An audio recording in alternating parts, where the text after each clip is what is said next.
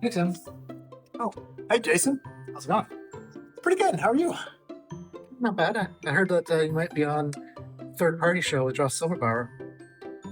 Yeah, we'll see how that goes. Well, Josh wanted me to do something. This is, oh,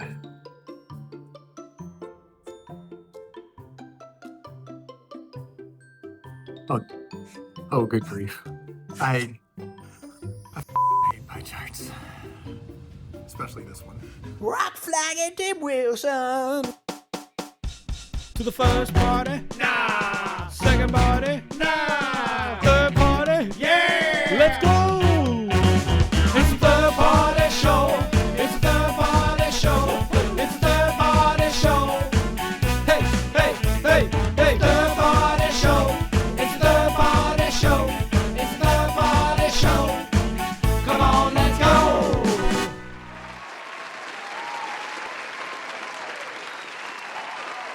Hello, everybody. It is Josh Silverbauer here, host of the Third Party Show, and we have a great show for you tonight. Tim Wilson is here. Hey, Tim. But first, I want to thank our sponsors, Piwik Pro. Piwik Pro is a privacy-first analytics suite built for compliance with regulations like GDPR and CCPA, giving you powerful insights without compromising user trust or data control. Give it up for Piwik Pro, everybody.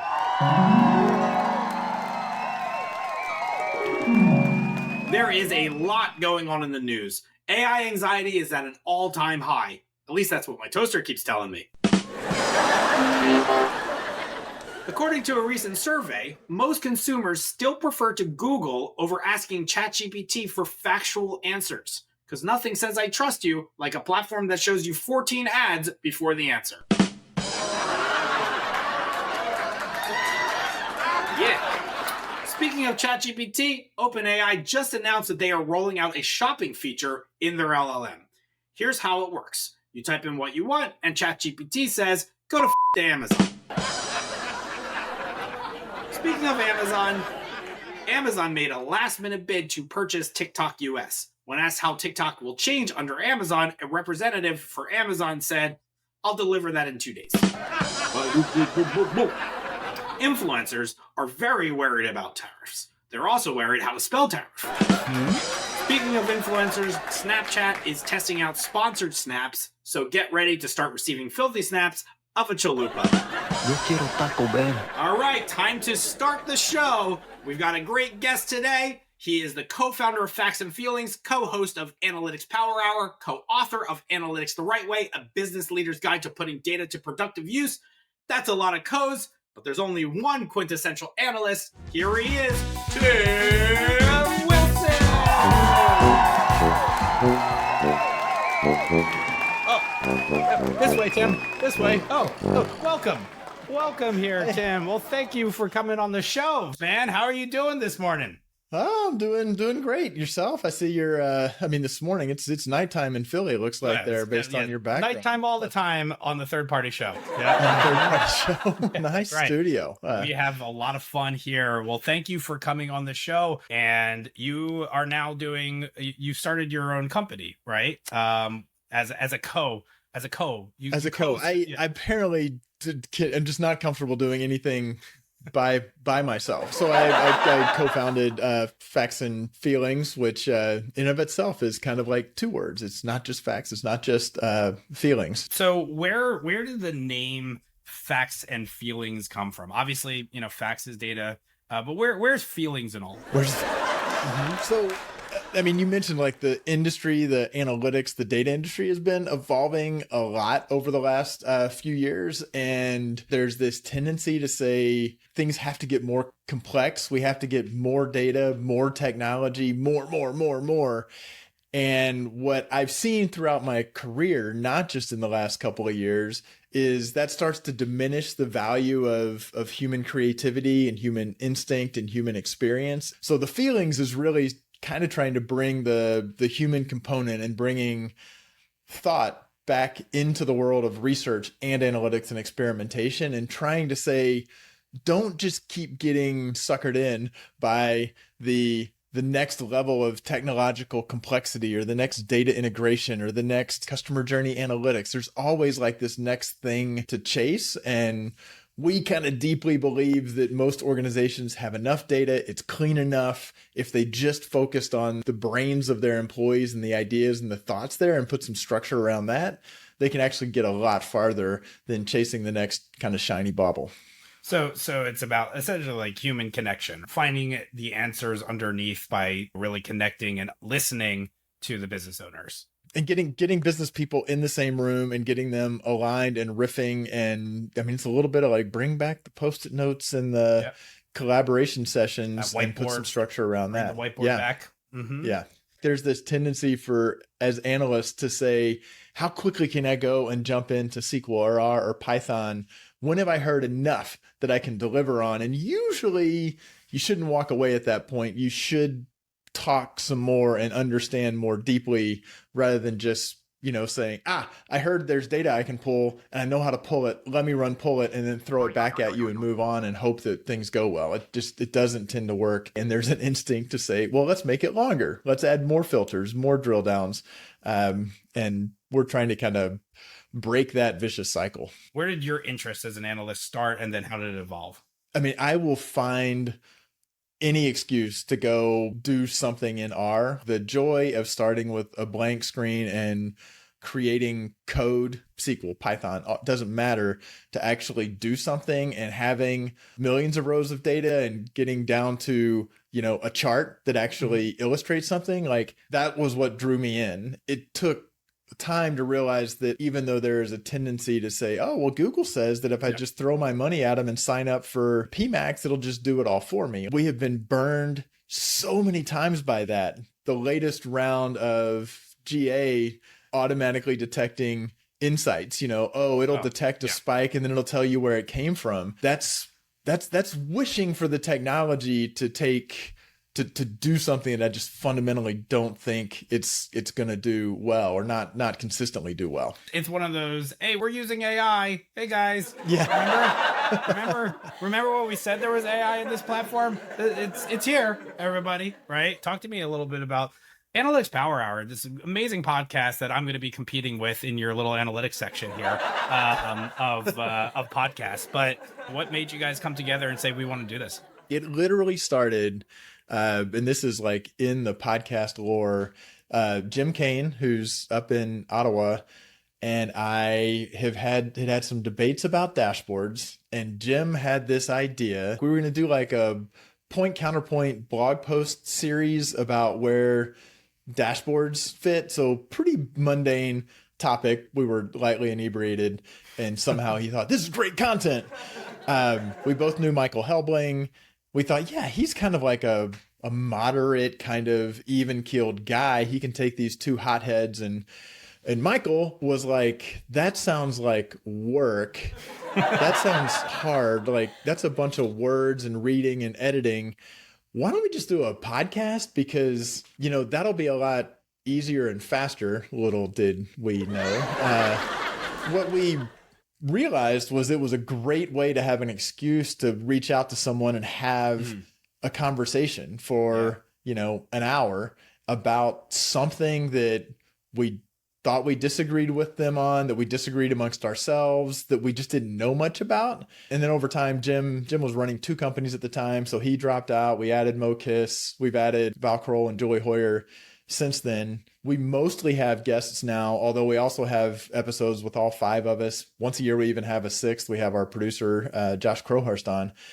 We get the most value out of just having the conversation. The fact that we're recording it, we try to edit it so it doesn't sound terrible, clean it up a little bit, and we put it out there. That's really kind of a secondary thing. Yeah. The growth of the podcast has given us the ability to kind of get some guests that maybe wouldn't consider us, because we look credible. We've been doing it for a decade. It has gotten us to various conferences where we meet more people. So it's really kind of helped us just engage with a lot of people who are thinking about topics that are in the core of analytics or increasingly kind of tangentially related to it. So you mentioned, all of these codes in, your kind of introduction. What's your favorite soda? My favorite what? Soda. Soda? Mhm. So I'm from Texas, so I think of them as soft drinks. But Oops. I mean, I'm probably, they go through phases. I'm kind of in like Coke Zero is kind of my go-to. So you would say Coca-Cola? Coke? I was just Coca-Cola. curious if that tracked. You got did. the Co in your soft drinks as well. I've been doing the Dr. Pepper version of that, just like falling to all their NCAA football advertising, apparently, and my Texas roots. Like, I'm like, I'd like to like Dr. Pepper more because that Texas, more sophisticated. Texas Got a PhD. Totally. Yeah. No, well, it's more that it was invented and it has Texas roots, unlike Coke. So Gotcha. All right, let's take a look. So you, in your pastime, and you have to tell me kind of how you got into this as a pastime, are very into photography, specifically photography with birds. Birds.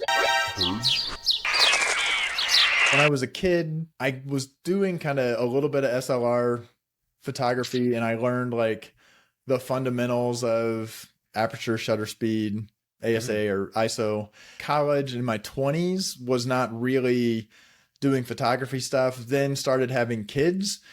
Then those kids started getting into sports. DSLRs came along. One way to get through a mind-numbing, really long track meet or a gymnastics meet or a swim meet, if you're taking photos and you have something to do, that makes it very, the time passes a lot quicker. Also, like parenting tip, if you're steering your kids into any sport, avoid the ones that end with the word meet. He called. He had a very important meeting. He'll be here next time.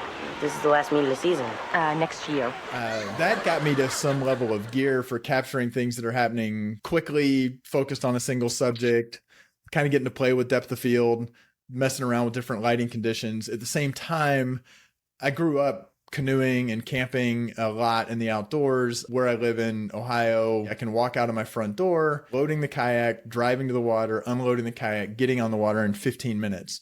And kind of went back to the nature photography that I'd somewhat done as a kid on film. There are just these great egret, great blue herons. There are a couple bald eagles.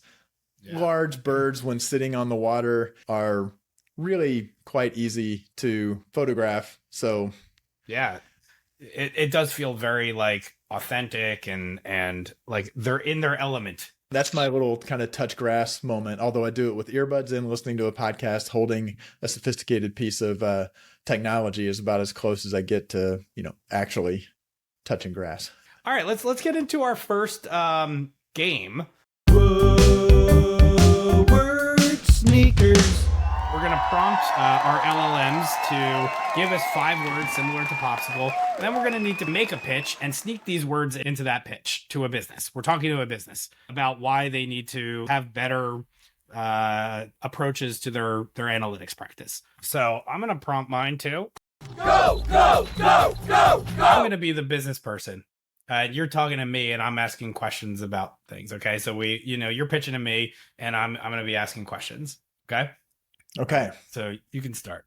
You should be using your analytics in kind of a more impactful way, right? You want your decisions to be kind of like crisp, like think of it. Do you want to have like a really nice, well-defined like ice pop, or do you want to have like a half melted slushy with the decisions that you're making? Like, I think you would want to have something that's kind of crisp and clear and has definition. Yeah, I've been really, kind of lost over the last, 5 years with my business, and I'm looking for somebody to give me like a glimmer of hope, right? To bring me into, the future of what my business can be.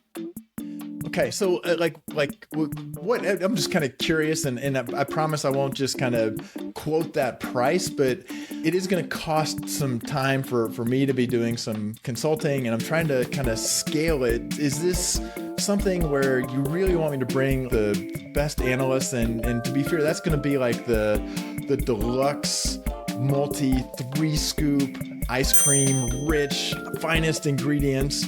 Or are you just kind of like, I'm really sweating it and I just need a little bit of help, but things are kind of, just a nice snow cone would be fine. Like which are you looking for? Because it's really kind of what you put into it. I'm looking for the supreme, right? Like, I don't want this to be like a whisper. I want this to be like a shout. You know what I mean? I want everybody to know that we're doing this new way, right, of analytics, right? And like, we've got our backpacks on, we've got our hats, and we're walking into the future, So okay, yeah. So tell me what I can expect. We'll really need to sit down and talk to you and your team, because really, you know a lot about what's worked and what hasn't. And even if you think that you don't know what's worked and what hasn't, like, it's like you had a freeze pop and you set it out and then you went off and like folded the laundry and came back and your freeze pop was kind of soggy. So there are things that you've done. Maybe you ran some paid ads and you used only branded search terms, and kind of after the fact it occurred to you that, oh, wait a minute, people who are already searching for my brand, Silverbauer slushies, they probably didn't need convincing that they should come to my website. I probably didn't need to spend that money. So really, that's kind of the first main thing, is understanding what your goals are really going to be, what you've already tried, what ideas you have for achieving those goals, and frankly, what problems you already know you need to overcome. There's definitely like a lot of, problems, and I can't always identify what those problems are, right? Like, I have the general idea, but I don't know the exact flavor. Think about it like jelly beans, right? I'm eating, a jelly bean. I can understand that this tastes like something, and I know that it's weird. I could have a good taste in my mouth from it, but I'm not exactly sure what that is. Is your analytics going to be able to really help me identify what that flavor is of my problems, of my business? How long are we going on here? Did you get through all your words? I got through all my words. Oh, you got through. Okay, so you got through. So the second game is My Job is Bullshit. My job is bullshit. And in this game, I asked Tim before he came on to provide me 2 tiny little stories, and one of them is apparently the truth, and one of them is a lie. And I don't know which one is which. And so I'm going to read them both, and I'm going to pick one, and I'm going to grill him a little bit, for about a minute to determine if I can figure out if it's a lie or not. So the first one is option 1. I've got a pretty common name. There's another Tim Wilson who is industry adjacent. He's in ad tech, and we both contributed to articles to Practical E-commerce during an overlapping year or so. I wound up getting invited to speak at NRF's annual conference. I was surprised, but I did it. I only found out after the fact that they realized too late in the game that they'd reached out to the wrong Tim Wilson.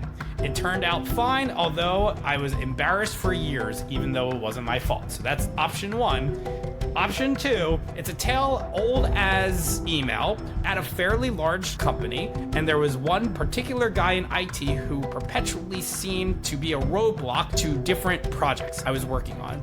He'd respond to one of my requests for an exception with a pretty the IT proud type response. Turn it off and on again. Have you tried turning it off and on again? I forwarded his response to another coworker and uploaded my frustrations there. An hour or so later, I ran into that coworker and brought up the email. He said he never got it, and he realized that he replied to the email rather than forwarding it. The IT's guy's name, Alex Jones. All right, so we have option 1, other Tim Wilson, or option 2, by mistake, reply to the email with the frustrations, right? Those are the 2. Okay. Alex Jones. These churches want to play it safe right into hell. Let's do option 1. Let's do the other Tim Wilson. Okay. All right. So this other Tim Wilson, had you met him before this? Like, had you ever bumped into him?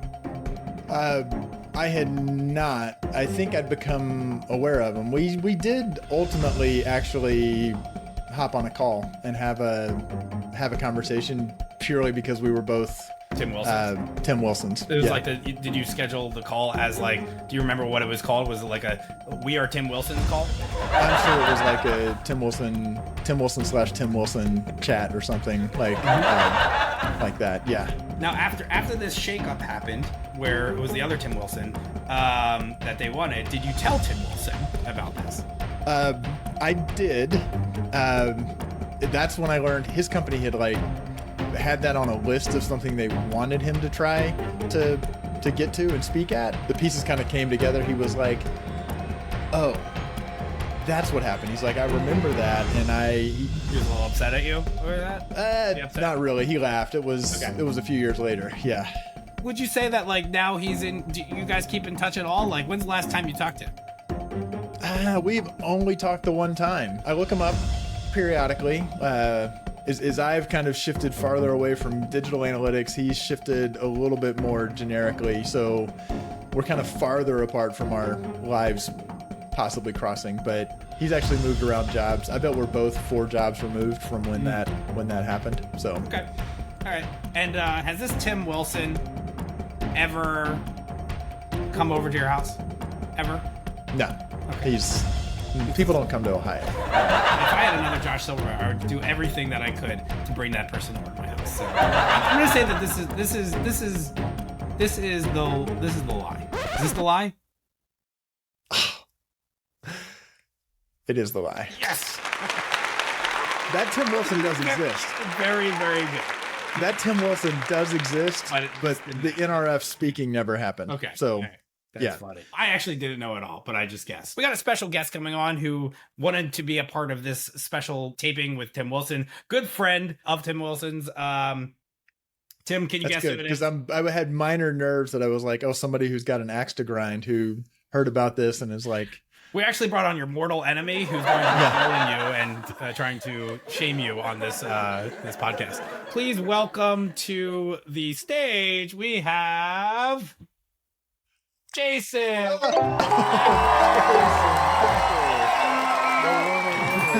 I told Tim that you have a very special game to lead for him today, so we're gonna do that. I'm gonna share my screen, and Jason, I'm assuming you would like to lead this, correct?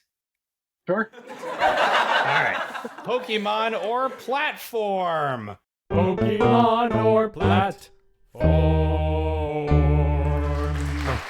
Tim, we're going to play a game we're calling Pokemon or Platform, or Pokemon or Google Analytics Alternative, in which we're going to give you 2 different names of things, and you have to decide whether they are Pokemon or a Google Analytics alternative. Heard from reputable source that you have some experience playing Pokemon Go at an international level, so this should be no problem for you. That is an unreliable source. It's an either or, so I think you'll be okay. Here's the first one. This is a simple example. Matomo versus Hakamo. Matomo is definitely the Google Analytics alternative, which does that mean definitionally that the Hakamo O is okay? Yep. It does. Nailed it. Matomo. If we think that this has given me confidence that the rest of this isn't going to be humiliating, then that is not. I was looking at these Pokemon characters and they're super weird. Like, just they're weird looking. I didn't know how many of these existed. It's crazy. Vulpix versus Sweatrix. My first instinct is that Vulpix is a Google Analytics alternative, but I want to go against my instincts, and I'm going to say Vulpix is a Pokemon and Sweatrix is a GA alternative. Vulpix is Pokemon. You are right to not trust your instincts, Tim. Thanks. That's right. Sweatrix is Sweatrix or Sweet Tricks? I don't know. We're just basically going to mispronounce all of these. There's one person out here watching that both knows, the names of Pokemon and the names of these platforms. That's going to be like, that's not how you pronounce either of those. All right.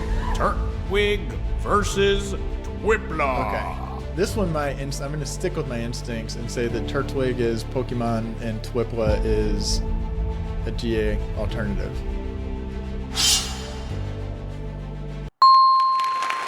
You're nailing it. 3 for 3. God, this is such a cringe bit of copy. It doesn't say insights, but boy, no consent needed. The fact that somebody sees that and realizes, I mean, that is just a problematic phrase, like in the zeitgeist. You know, a lot of them are, you know, hey, one of our big features is that we don't require consent. That one uses an IP plus user agent kind of thing. They also support user fingerprinting, which is not so cool. They do say that if you use the fingerprinting, you have to ask for consent. So at least there's that. Whoopra versus Whooper. Now this one I'm feeling very confident about, which means this will definitely be the first one that I missed. But Whoopra I'm going with is the GA alternative, and Whooper is the Pokemon. You are correct again, Tim. I mean, you know, should have made this harder. Mashif versus Perch. This one feels very shot in the dark. Mashif sounds like mischief, so I'm going to go that's the Pokemon, and Persh it's a non-American based GA alternative. Oh, yes. That was right. Oh, that was right too. That was right. Yeah, you got them all right, Tim. I really should have made this harder. Wow. Well, you got them all right. That was it. All right. So let's talk about analytics the right way. This new book that you have co-authored with Joe Silverman. Why did you create this book, and why now? Well, I first wrote a book proposal for it in, I think, 2017 or 2018, and did not send that proposal anywhere. But I had this idea. I talked to my brother-in-law, the illustrator, Paul Lyron, and floated to him that it was going to be kind of fun and light. It was going to be called The Best Little Book on Data, was the working title. And ultimately, it never went anywhere. I didn't even send it to a publisher. When I left my previous job with no active plans, that made it seem like, well, I should do something that I can say I wasn't just sitting around playing Pokemon Go. I was doing something useful. By that time, I had met and worked with Joe Sutherland for a couple of years. So Joe is the founding director of the Center for AI Learning at Emory University. He's worked in the Obama White House. He's got a PhD from Columbia. Brilliant guy. I kind of delightfully found out that we were philosophically very aligned. Kind of goes back to the feeling side of facts and feelings, how important it is to define the problem, frame the problem. It's not just about super crazy fancy models. In many ways, the book and facts and feelings, there's a lot of alignment. Structurally, our approach is grounded in a book called Listening for Growth, written by Matty Wishnow, who was a guy I worked with years ago. But yeah, I thought all the hype and the obsession with more and more and more data, trying to help business leaders, not the analysts. I think analysts are often kind of part of the problem. They're like, let's run this fancy model. I'm getting kind of annoyed with the analysts who are like, let me tell you about why we need to do all this stuff to work around privacy and consent management. Doesn't seem helpful. So I think if business managers are more grounded in some of the fundamentals about how they can use data, grounded in the data is not going to give them the truth, it's just going to reduce their uncertainty. And what does that mean? There's lots of types of evidence. It's not all what's in your database, your digital analytics platform. How does market research fit in with experimentation, fit in with analytics and modeling and data science and AI? Where do all those fit together? So I've needed to get it out of my system for a long time, and now I have. So awesome. What do you hope people take away from the book? I hope they take away how important it is to stop and think before diving into the data. Like, am I trying to just measure the performance of something? Am I trying to make a decision? How critical is this decision? How can I make sure that I'm using data in a focused way to reduce my uncertainty? Where does AI plug into this, and where does, so we've kind of hit on some of the themes of that. So it is not an AI book. We talk about AI. I kind of learned the human in the loop, human on the loop, human out of the loop kind of from Joe. So that's kind of the core thing. We hit some sort of statistical concepts. I'd say it has an obligatory simplified explanation of like linear regression, not because I think a business leader needs to be able to do linear regression, but there's a lot of really meaty stuff about uncertainty and independent variables and dependent variables and confounding that are all kind of baked into, if you just understand this kind of simple statistical technique, has much broader application. Where can we find this book? Wherever you buy books. So not physical ones, wherever you buy books online, but Target, Walmart, Amazon, You can go to analyticstrw.com. It's got at least one working link to where you can buy it. By the time this comes out, there should be an audio book out as well. So cool. All right, well, yes, get analytics the right way. Tim, thank you so much for coming on the show. It was awesome and educational. And I happen to also know that, Tim, you not only do photography, but you also write your own parody songs, which is really exciting. And I didn't know that. Not at the volume or pace or regularity that you do. That doesn't matter. It's just, are you in the practice? We're in the practice together. We share a common thing, man. And you sent me something that we can all watch. So I'm going to leave the viewers with their ears bleeding. So I'll leave their ears with this beautiful parody on Bad Moon Rising. Bad Moon Rising. Yep. Yeah. Called Bad Visualization. So let's take a listen. A 1, a 2, a 1, 2, pie, bar. I see the bad visualization. I see messy graphs all day. I see pies and donuts blinding. I see that that's just not the way. Well, you know that chart's not right. It makes the data a confusing sight. Bad visualizations hurt my eyes. I see y-axis, not 0. I know the report is due soon. I fear you will not be the hero. I see your users being confused. Well, you know that chart's not right. It makes the data a confusing sight. Bad visualizations hurt my eyes. Need you to remove the clutter. Need you to make Cold Affleck proud. Don't let your audience mutter or curse that dashboard right out loud. Well, you know that chart's not right. It makes the data a confusing sight. Bad visualizations hurt my eyes. You know that chart's not right. It makes the data a confusing sight. Bad visualizations hurt my eyes.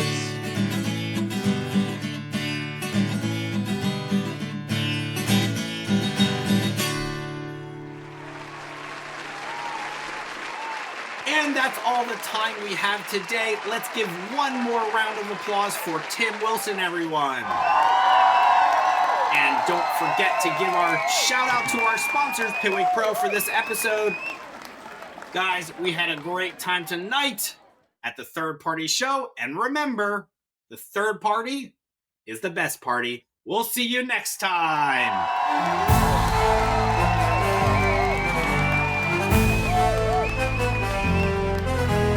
Lights are bright, the game's begun.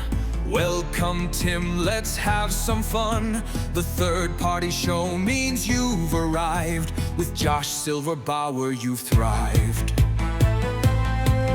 You brought your book, analytics in hand, sharing insights so we all understand. Analytics the right way, that's the key, turning data into clarity. Thank you, Tim, for taking the stage. Your wisdom shines like a golden age. Facts and feelings, they align so true. We're grateful to learn it all from you.